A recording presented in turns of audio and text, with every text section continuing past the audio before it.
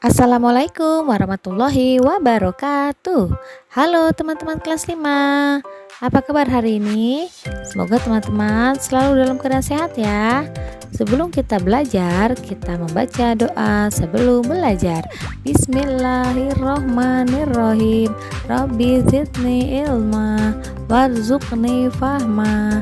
Ya Allah, tambahkanlah ilmuku dan pertinggilah kecerdasanku. Amin.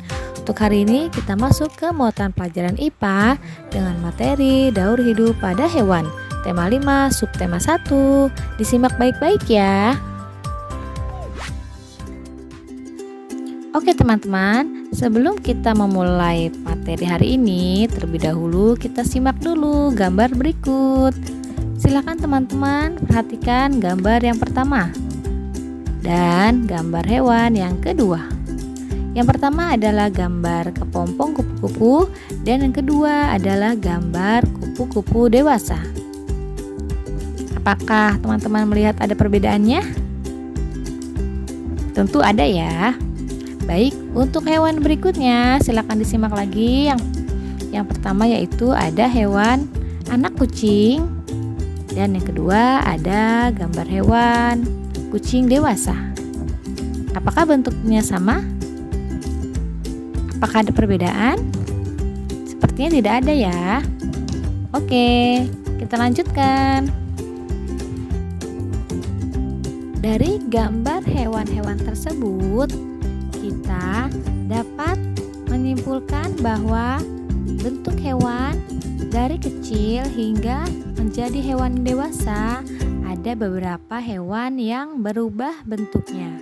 Tapi ada juga hewan yang tidak mengalami perubahan bentuk badan. Setiap hewan mengalami tahapan perkembangan tersendiri. Tahapan pertumbuhan dan perkembangan suatu hewan disebut daur hidup. Di dalam daur hidupnya, ada hewan yang mengalami perubahan bentuk, ada yang tidak. Hewan yang mengalami perubahan bentuk pada tahap tumbuh kembangnya disebut mengalami metamorfosis. Dan apa saja hewan yang mengalami metamorfosis dan yang tidak mengalami metamorfosis? Yuk kita simak penjelasannya. Metamorfosis adalah perubahan bentuk tubuh pada hewan. Bentuk hewan muda sangat berbeda dengan hewan dewasanya. Berdasarkan proses perkembangan hidupnya, ada dua jenis hewan. Yang pertama, hewan bermetamorfosis dan yang kedua, hewan tidak bermetamorfosis. Hewan bermetamorfosis adalah jika bentuk hewan muda sangat berbeda dengan hewan dewasanya.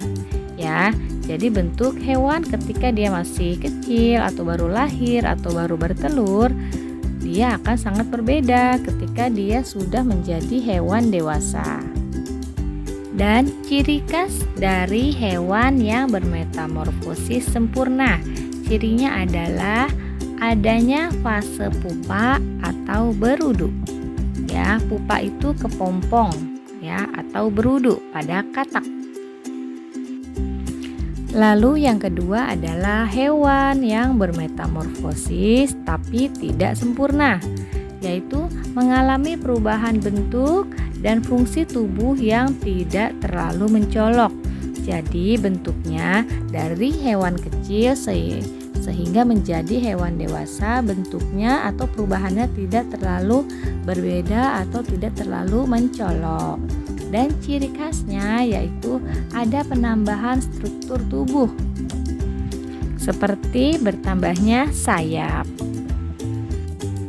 Yang kedua yaitu hewan yang tidak mengalami metamorfosis atau tidak mengalami perubahan bentuk dari hewan kecil sampai menjadi hewan dewasa, tidak ada perubahan yang terjadi pada tubuhnya.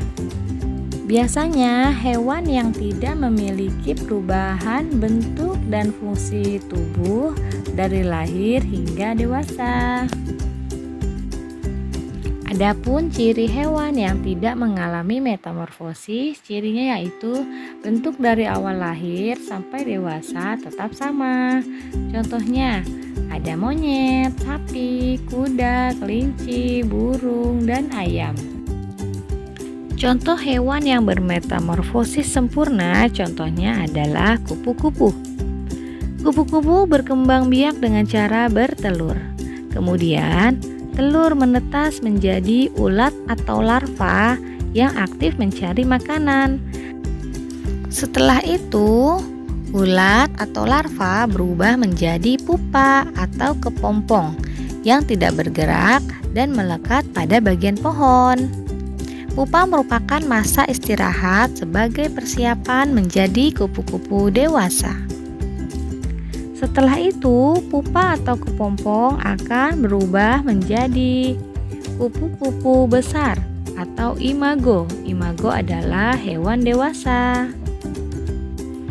Nah, itu adalah daur hidup hewan kupu-kupu yang mengalami metamorfosis sempurna karena bentuknya dari telur sampai menjadi kupu-kupu dewasa, banyak perubahan yang terjadi pada tubuhnya.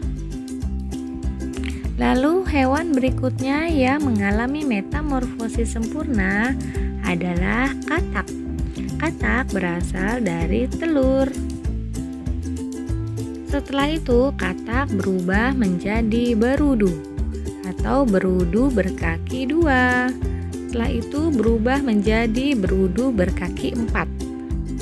Ketika katak masih dalam berbentuk berudu, berudu berkaki 2 dan berudu berkaki 4, berudu hidup di dalam air.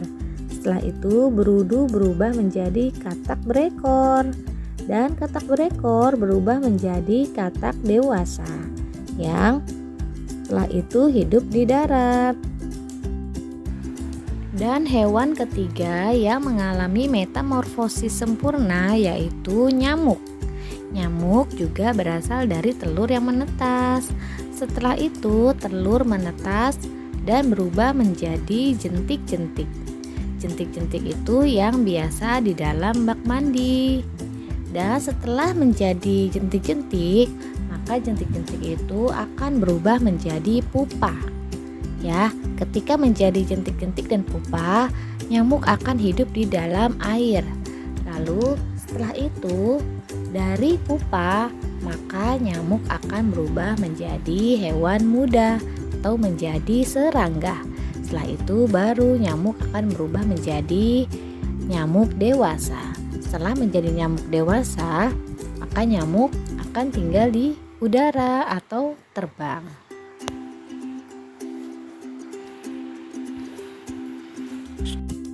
Kemudian hewan selanjutnya yang bermetamorfosis sempurna adalah lalat. Lalat berasal dari telur. Telur yang menetas akan berubah menjadi ulat atau larva atau biasa kita lihat sebagai belatung. Lalu belatung itu akan berubah menjadi pupa atau kepompong. Setelah itu dari kepompong maka akan berubah menjadi nimfa dan menjadi imago atau menjadi lalat dewasa. Lalu yang kedua, hewan yang bermetamorfosis tapi tidak sempurna, contohnya adalah kecoa. Adalah bentuk kecoa muda, lalu menjadi nimfa 2, lalu menjadi hewan dewasa 1 dan menjadi hewan dewasa 2. Maka perubahannya tidak terlalu berbeda dari menjadi telur sehingga sampai menjadi hewan dewasa. Di sini hanya terdapat perubahan pada nimfa. Lalu contoh dari hewan yang bermetamorfosis tidak sempurna yang kedua adalah belalang. Belalang berasal dari telur. Setelah itu telur akan berubah menjadi nimfa. Ada nimfa 1, nimfa 2 sampai dia menjadi imago atau hewan dewasa.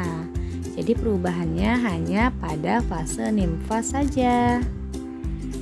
Jadi belalang tergolong metamorfosis tidak sempurna. Selanjutnya yaitu hewan yang tidak bermetamorfosis atau yang tidak mengalami perubahan. Contohnya adalah ayam. Ayam tidak mengalami metamorfosis walaupun dari telur, namun bentuk dan fungsi pada ayam tidak mengalami perubahan. Ada hewan kucing yang tidak bermetamorfosis karena kucing semenjak dilahirkan bentuknya tidak ada yang berubah, hanya fisiknya saja yang berubah menjadi besar dan tinggi.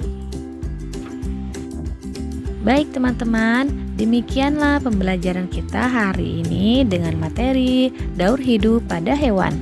Semoga teman-teman dapat memahami ya. Terima kasih. Wassalamualaikum warahmatullahi wabarakatuh.